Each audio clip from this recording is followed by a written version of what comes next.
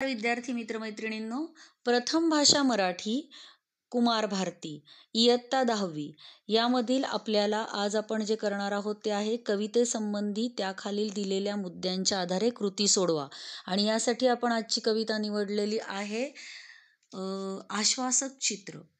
आश्वासक चित्र याबद्दल जर आपल्याला काही अशा पद्धतीचा प्रश्न आला तर तो कसा सोडवायचा हे आपण बघूया. प्रश्न हे ठरलेले असतात आणि त्यांची उत्तरं सुद्धा ठराविक असतात. पहिला प्रश्न विचारण्यात येतो, कवितेचे कवी किंवा कवयित्री कोण आहेत हे अर्थात आपल्याला लक्षातच ठेवायचं आहे. या कवितेच्या कवयित्री आहेत कवयित्री नीरजा. प्रस्तुत कवितेचा विषय हा अगदी थोडक्यामध्ये सांगायचा आहे, ज्यामध्ये सगळा कवितेचा आशय सामावलेला असेल. कवितेचा विषय आहे लहान मुलांच्या खेळण्याच्या माध्यमातून स्त्री पुरुष समानतेचा विषय कवयित्रीने अत्यंत प्रभावीपणे मांडला आहे. स्त्री पुरुष समानतेचे एक वेगळे आश्वासक चित्र वाचकांसमोर मांडले आहे. त्यानंतरचा प्रश्न विचारण्यात येतो की प्रस्तुत कवितेतून आपल्याला काय संदेश मिळतो.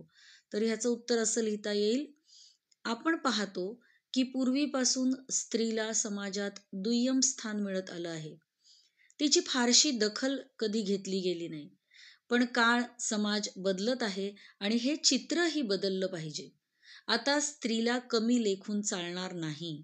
हा स्त्री पुरुष समानतेचा काळ आहे. पुरुषा इतकेच स्त्रीचेही समाजात महत्त्वाचे स्थान आहे आणि ते तिला मिळायलाच हवे. स्त्री पुरुष समानतेचे तत्व आपल्याला स्वीकारावे लागणार आहे. हा काय झाला आपल्याला मिळालेला या कवितेतून संदेश. त्यानंतर तिथं काही ओळी दिल्या जातात आणि आपल्याला त्यांचा सरळ अर्थ लिहायचा असतो. हे लिहित असताना लक्षात ठेवायचं की फक्त आणि फक्त दिलेल्या ओळींचा सरळ अर्थ आपण लिहायचा आहे. कवयित्रीला काय वाटतंय, त्यातून त्यांना काय सांगायचंय, आपल्याला काय आवडलंय, हे इथं अजिबात लिहायचं नाही. फक्त त्या विचारलेल्या ओळींचा सरळ अर्थ लिहायचा आहे. आता त्यांनी दिलेल्या ओळी आहेत, तू भाजी बनव छानपैकी पाल्याची. ती म्हणते, मी दोन्ही करू शकते एकाच वेळी, तू करशील. ह्या ओळी आपल्याला त्यांनी दिलेल्या आहेत आणि त्याचा अर्थ आपल्याला लिहायचा आहे. तर तो असा येईल, मुलगा चेंडू घेऊन खेळत असताना मुलगी तो चेंडू मागते. मुलाचा पुरुषी अहंकार जागा होतो. तो तिला भाजी बनवण्याची सूचना करतो. याचा अर्थ चेंडू खेळणे माझे व भाजी बनवणे तुझे काम आहे हे तो सुचवतो. तो तिच्याशी तुच्छतेने वागतो, तिला हिणवतो, कमी लेखतो, कारण त्याने आत्तापर्यंत घरात आणि समाजातही हेच चित्र बघितलेलं असतं. पण त्यावर ती जे उत्तर देते ते महत्त्वाचे आहे. ती आत्मविश्वासाने म्हणते, मी दोन्ही करू शकते. माझे व तुझेही काम मी करू शकते, पण तू माझे काम करशील. तर या पद्धतीने आपण या ओळींचा सरळ अर्थ लिहू शकतो. तर कविता आवडण्याची किंवा न आवडण्याची कारणं, तर मी इथं ऑब्व्हियसली कविता आवडली आहे असं समजून उत्तर दिलेलं आहे.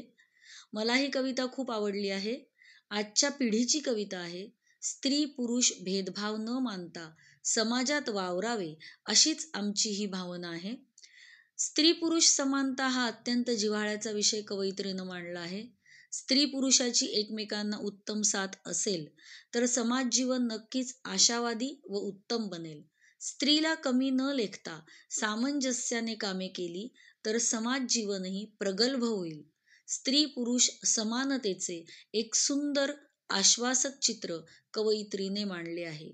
भावी आयुष्यातील सामंजस्य येथे प्रकट होते. खूप सुंदर आणि महत्त्वाचा समाज जीवनाच्या भल्याचा विचार येथे मांडला आहे.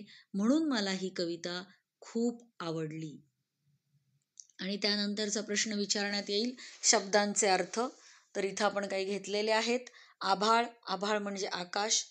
कसब, कसब म्हणजे कौशल्य. झरोका, झरोका म्हणजे खिडकी. आणि आश्चर्य, आश्चर्य म्हणजे नवल. भातुकली, लहान मुलांचा खोटा खोटा संसाराचा खेळ. मग जेव्हा अशी कृती विचारण्यात येते किंवा त्यावरून आपल्याला प्रश्न विचारण्यात येतात मुद्द्यांच्या आधारे, तेव्हा ते या पद्धतीने सोडवायचे असतात.